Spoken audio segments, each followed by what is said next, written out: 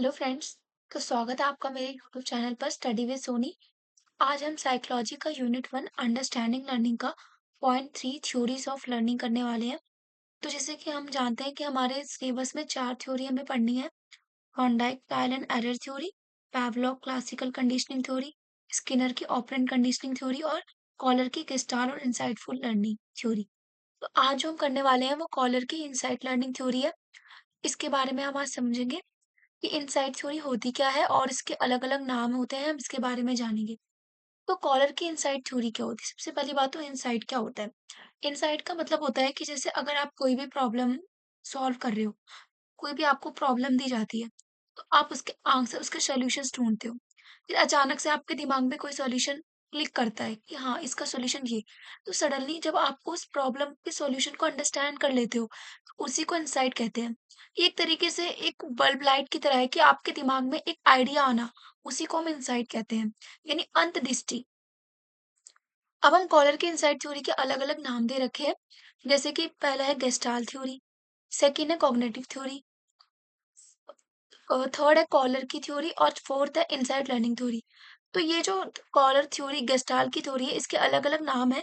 आप कंफ्यूज मत होना। Gestalt theory, cognitive theory, Kohler theory और इनसाइट लर्निंग थ्योरी। अब जो मैक्स वेदाइमर थे वो फादर थे गेस्टाल्ट थ्योरी के। बाकी जो वोल्फगैंग कॉलर, कुर्ट कॉफा और लेविन, इन सब ने भी इसके ऊपर रिसर्च किया था। ये थ्योरी दी थी, ये भी गेस्टाल्ट से ही, गेस्टाल्ट के साइकोलॉजिस्ट थे। अब गेस्टाल्ट का मतलब क्या होता है? गेस्टाल्ट का मतलब गेस्टाल्ट एक जर्मन वर्ड है which mean as a whole, a total composition. यानी कि गेस्टाल्ट एक जर्मन वर्ड है जिसका मतलब है होल, यानी कि टोटल कंपोजिशन। यानी कि होल का मतलब है पूरा। हम अगर कोई भी चीज करते हैं, कॉलर के अकॉर्डिंग, कॉलर ने जो थ्योरी दी थी उसके अकॉर्डिंग उसने गेस्टाल्ट यानी एज अ होल पे बात की थी। उसने ये कहा था कि अगर हम किसी भी चीज को ऑब्जर्व करते हैं या हम कोई भी चीज करते हैं तो हमें उसको एज अ होल करना चाहिए, मतलब पूरा करना चाहिए, ना कि उसको पार्ट्स में ब्रेक करके। क्योंकि जब हम एज अ होल किसी चीज को समझेंगे, ऑब्जर्व करेंगे, लर्न करेंगे, तो वो लर्निंग हमारी परमानेंट होती है। तो इसीलिए गेस्टाल्ट ने एज अ होल यानी कि एज अ होल वर्ड जो है गेस्टाल्ट वर्ड अपनी थ्योरी में इंक्लूड किया था। The whole is a much clear than a part, यानी वही कहते हैं कि जो होल है वो ज्यादा क्लियर होता है पार्ट से। Individual learn as a whole not in the part और बिट। तो जो इंडिविजुअल्स है वो पार्ट्स में लर्न नहीं ना करके बल्कि एज अ होल लर्न करते हैं चीजों को। नेक्स्ट पॉइंट है, it means the it means observe the whole situations before doing any behaviour. यानी किसी भी बिहेवियर को करने से पहले हमें उस पूरी सिचुएशन को एज अ होल देखना चाहिए, ताकि हमें जो है वो चीज अच्छे से अंडरस्टैंड हो सके। अब गेस्टाल्ट का मतलब, जैसे कि मैंने अभी आपको बताया कि गेस्टाल्ट का मतलब ये होता है कि होल, गेस्टाल्ट का मतलब होता है होल। नेक्स्ट है, गेस्टाल्ट साइकोलॉजिस्ट जो थे वो किस पे बिलीव करते थे? In the concepts of perceptions. वो परसेप्शंस पे बिलीव करते थे। अब परसेप्शंस क्या होता है? परसेप्शंस का मतलब होता है जब हम अपने सेंसरी सेंसरी ऑर्गन्स के थ्रू कोई भी नॉलेज को गेन करते हैं, उसी को परसेप्शंस कहते हैं। जैसे अगर आप किसी भी चीज को देख रहे हो तो आप समझ रहे हो। जैसे अगर आपने किसी एप्पल को देखा तो एप्पल का आप सबसे पहले कलर देखोगे, ये लाल है, ये हरा है। फिर उसके बाद वो मीठा है, ये कैसा है और ये कैसा है, मतलब किसी भी चीज के बारे में नॉलेज किसी भी सेंसरी ऑर्गन्स के थ्रू हम जब लेते हैं, उसी को हम परसेप्शंस कहते हैं। किसी भी चीज के बारे में जानना। They believe in the law of fragrance. वो प्रेगनेंस के ऊपर बिलीव करते थे। प्रेगनेंस का मतलब होता है clearly in form, meaning and shape and meaning of pregnance. मतलब कि कोई भी चीज है अगर वो क्लियर होनी चाहिए, वो इजीली अंडरस्टैंड होनी चाहिए हमें, तब वो हमें ज्यादा अच्छे से समझ आती है। तो इन्होंने लॉ ऑफ प्रेगनेंस की बात की थी। कोई भी चीज है वो क्लियर इन फॉर्म होनी चाहिए। नेक्स्ट है, इनसाइट लर्निंग क्या होती है? इनसाइट लर्निंग, जैसे कि मैंने अभी आपको बताया कि जब भी हम किसी भी प्रॉब्लम को देखते हैं तो उसका सॉल्यूशन हमारे माइंड में, हमारे दिमाग में अचानक से क्लिक करता है। Sudden understanding of any problem and sudden understanding of solution of any problem is insight learning. यानी किसी भी सॉल्यूशन, किसी भी प्रॉब्लम का जब हमें अचानक से कोई सॉल्यूशन आता है दिमाग में, तो वही हमारी इनसाइट होती है। अब हम इनसाइट में हम सबसे पहले पढ़ेंगे कि बेस्ड ऑन कॉग्निटिव एस्पेक्ट्स। जो इनसाइट थ्योरी थी वो कॉग्निटिव एस्पेक्ट्स पे बेस्ड थी, कॉग्निटिव एस्पेक्ट्स पे बेस्ड थी ये। और insight learning is proposed by Kohler, और इसको कॉलर ने प्रपोज किया था। Invented due to the sudden incident at the Canary island Spain. यानी कि उनके साथ कोई एक इंसिडेंट हुआ था कैनरी island स्पेन पे, तब उन्होंने ये इनसाइट लर्निंग जो है प्रपोज की थी। It means a sudden understanding of a relations between problem and solutions. उनका कहा ये क्या इनसाइट का मतलब होता है कि सडन अंडरस्टैंडिंग होना किसी भी प्रॉब्लम और उसके सॉल्यूशंस के बीच में, कोई सडन अंडरस्टैंडिंग, जैसे मैंने बोला अचानक से किसी भी सॉल्यूशन का ज्ञान होना, वो ही हमारी इनसाइट लर्निंग होती है। फिर किसी भी प्रॉब्लम का सॉल्यूशन आपके दिमाग में अचानक से क्लिक कर जाना, वो ही हमारी इनसाइट होती है। He did the experiment of apps. Apps पे उन्होंने एक्सपेरिमेंट किया था। अब जो एप्स होते हैं वो इंटेलिजेंट जानवरों के लिए वर्ड यूज किया गया है, जैसे कि चिंपैंजी हो गया, अ, और गोरिल्ला, ये सब जो है इंटेलिजेंट जानवर है, एनिमल्स है, उनके लिए एप्स वर्ड यूज किया गया है। He published his work in his book the mentality of apes. उन्होंने एक बुक भी पब्लिश की थी जिन्होंने उसके उसमें मेंटेलिटी ऑफ एप्स के बारे में बताया गया था।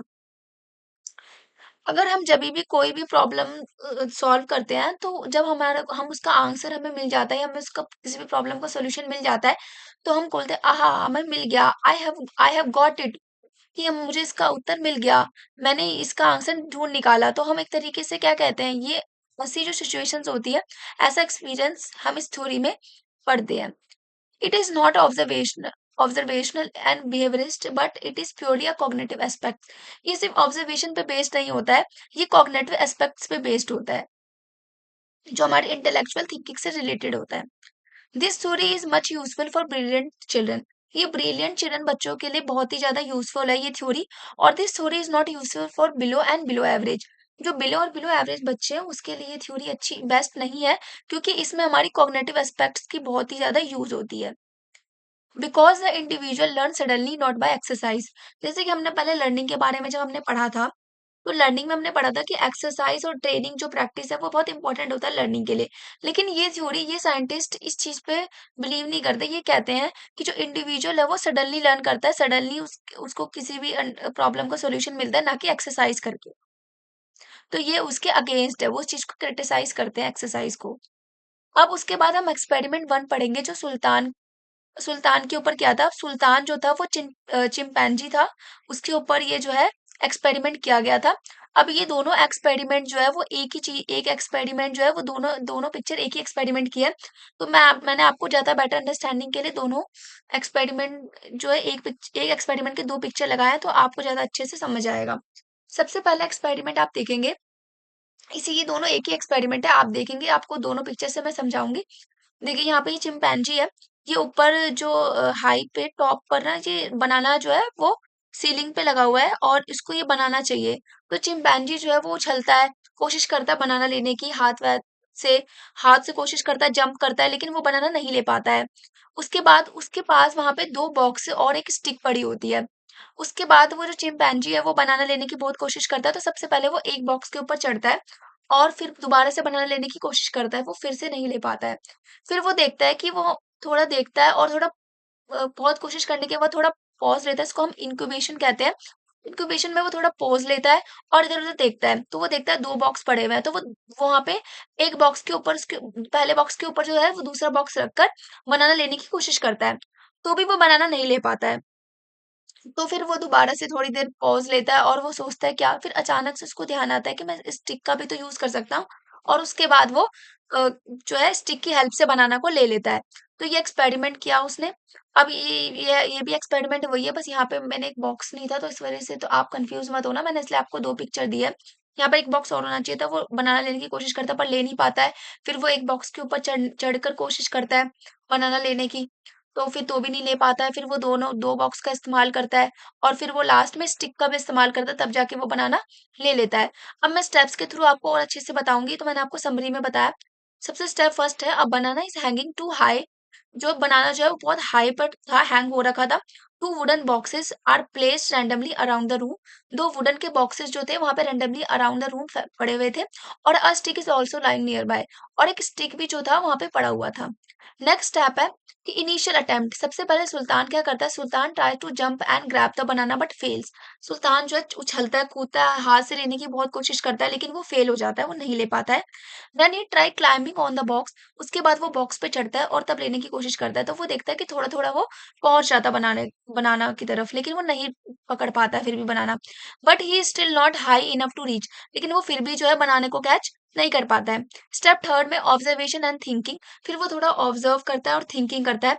सुल्तान लुक अराउंड, वो इधर-उधर देखता है और नोटिस करता है कि एक सेकंड बॉक्स और एक स्टिक भी वहाँ पे पड़ी हुई है।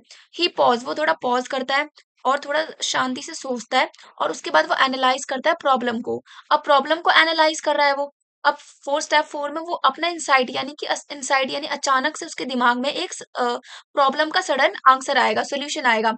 Suddenly the sultan get an insight idea, यानी अचानक से ही सुल्तान को एक इनसाइट आता है, एक सडन सॉल्यूशन आता है और एक आइडिया आता है। He drag the second box, उसके बाद वो दूसरे बॉक्स को खींचता है और stuck on the top of the first box, और फर्स्ट बॉक्स के ऊपर उसे रख देता है। Then he climb on the box and still can't reach the banana, उसके बाद वो बॉक्स पे चढ़ता है, लेकिन उसके बाद भी वो बनाना तक नहीं पहुंच पाता है। स्टेप 5 में कंप्लीट द सॉल्यूशन, उसके बाद सुल्तान थोड़ा स्टिक को भी देखता है, फिर वो सोचता है, फिर वो दोबारा से बॉक्स पे अ, खड़ा होता है और स्टिक की हेल्प से बनाना को पुल कर लेता है, खींच लेता है और बनाना उसको मिल जाता है, तो सक्सेसफुली वो बनाना को ले लेता है।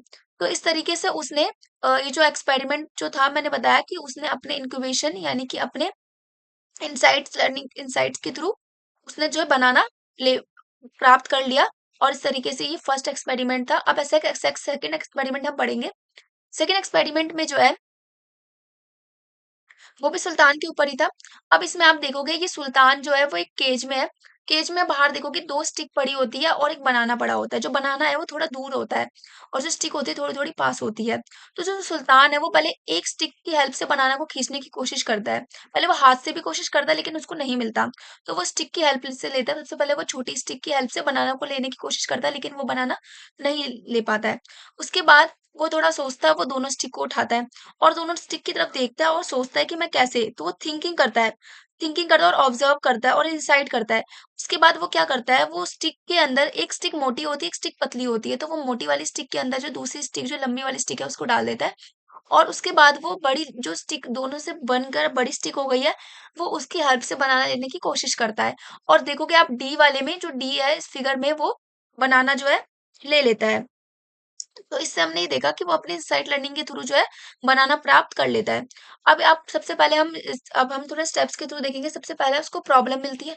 सुल्तान इज इनसाइड द केज, यहाँ पे मैंने इनसाइड लिखना था, मैंने यहाँ पे इनसाइड लिख रखा है, सॉरी। सुल्तान जो होता है वो केज के अंदर होता है और banana and the 2 sticks are outside, जो बनाना और 2 स्टिक्स होते हैं वो बाहर पड़े होते हैं। जो banana is too far to reach, जो बनाना होता है वो बहुत दूर होता है, वो नहीं उसको प्राप्त कर पाता है। उसके बाद सेकंड स्टेप में आप देखेंगे, the first step Sultan use the short stick, सबसे पहले वो शॉर्ट स्टिक का इस्तेमाल करता है, लेकिन वो नहीं ले पाता है बनाना को, it is not long enough.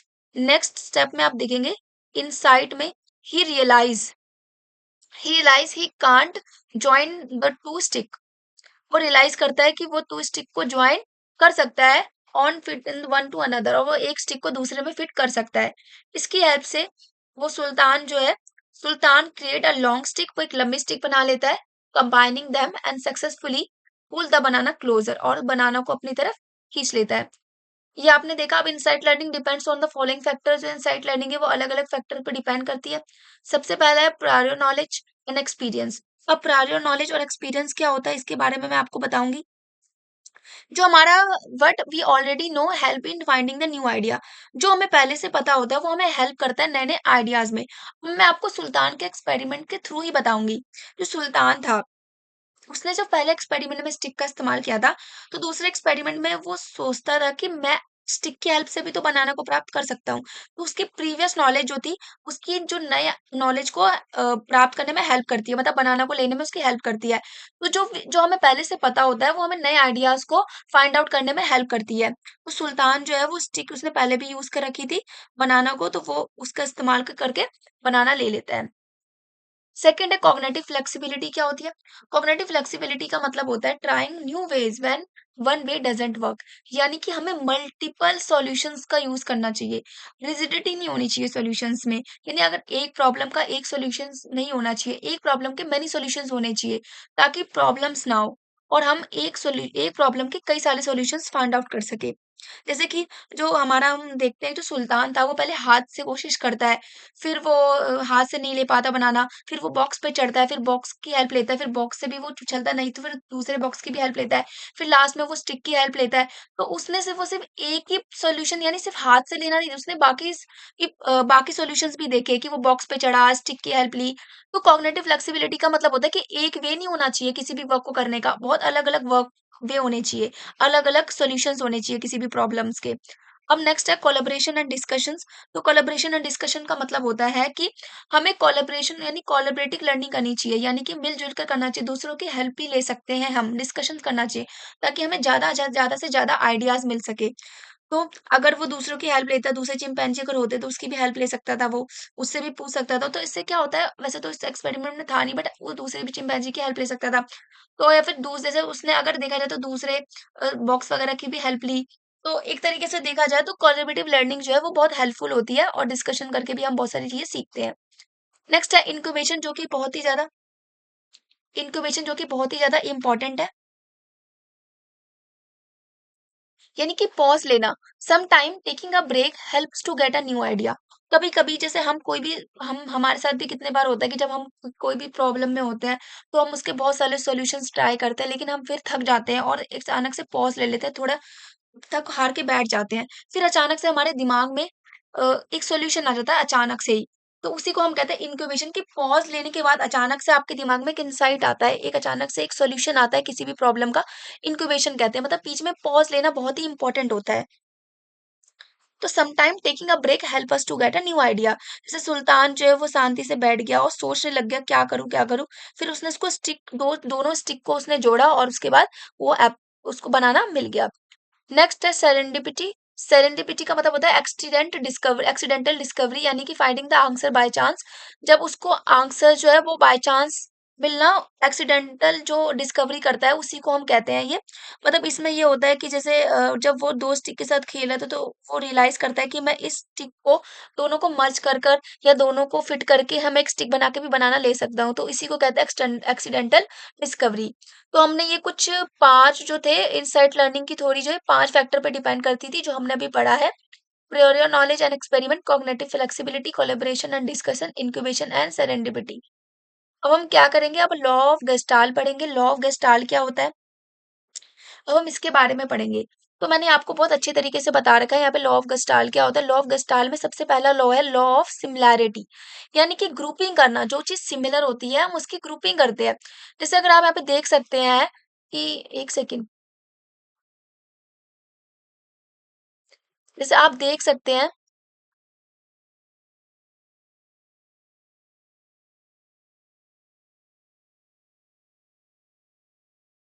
यहाँ पे आप देख सकते हैं ये जो कलर जो है इसके अलग-अलग है। ये कुछ यहाँ पे रेड कलर्स के हैं और कुछ येलो कलर्स के डॉट्स दे रखे हैं।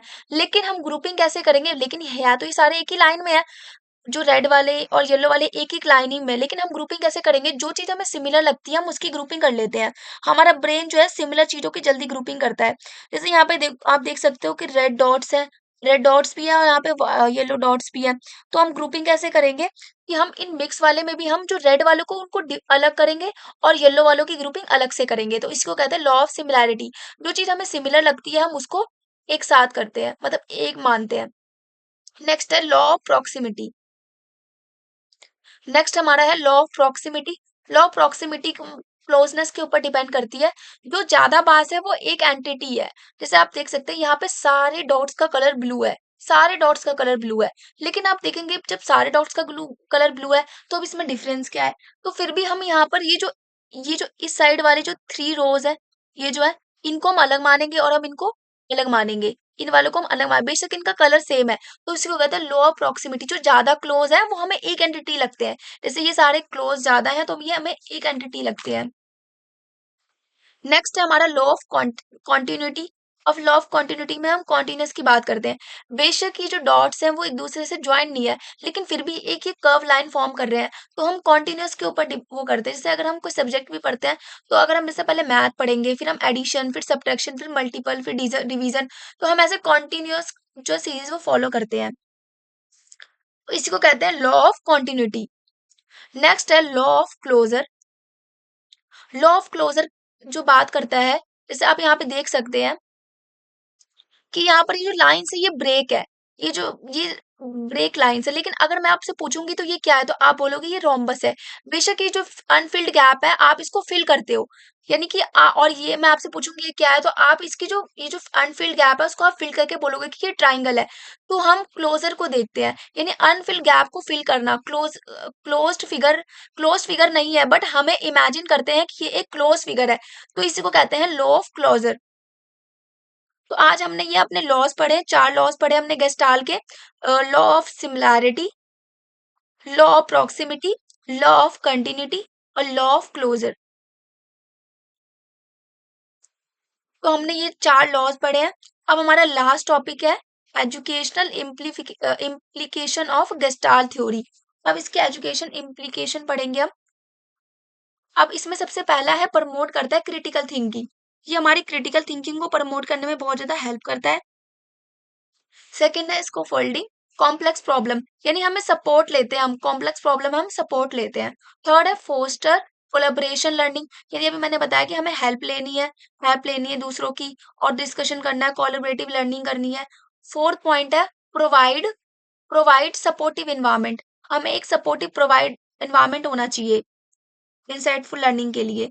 मिनिमाइज द रॉट मेमोराइजेशन, यानी कि रॉट मेमोराइजेशन को ये क्रिटिसाइज करता है, यानी कि प्रॉब्लम का सॉल्यूशन हमें खुद ढूंढना है। जैसे सुल्तान जो था उसने अपनी प्रॉब्लम का सॉल्यूशन इनसाइट लर्निंग की। Encourage the reflection and incubation, reflection का मतलब होता है अपनी स्ट्रेंथ और वीकनेस का पता करने में ये इनकरेज करता है। इंक्यूबेशन जैसे मैंने बताया बीच में पॉज लेना और सडन इंसाइट आना, तो उसी के बारे में इसमें बताया गया। तो ये हमारे कुछ एजुकेशन इम्प्लीकेशन है गेस्टाल थ्योरी के। तो हमारी जो ये कॉलर की थ्योरी जो थी हमारी इनसाइट थ्योरी जो है हमारी, यहाँ पर हम एंड करते हैं। अगर आपको कोई भी डाउट है तो आप कमेंट सेक्शन में मुझसे पूछ सकते हो, और अगर आपको अ, कुछ भी अगर आपको समझ ना आया तो आप उसके लिए मुझे कमेंट भी कर सकते हो, और अगर आपको और भी कुछ भी जानना है तो उसके लिए भी आप मुझसे पूछ सकते हो। आई होप आपको ये थ्योरी समझ आई होगी, और अगर आपको कोई भी डाउट है या आप कोई भी और थ्योरी जानना चाहते हो तो आप उसके लिए भी कमेंट कर सकते हो। Thank you so much for watching. Bye bye.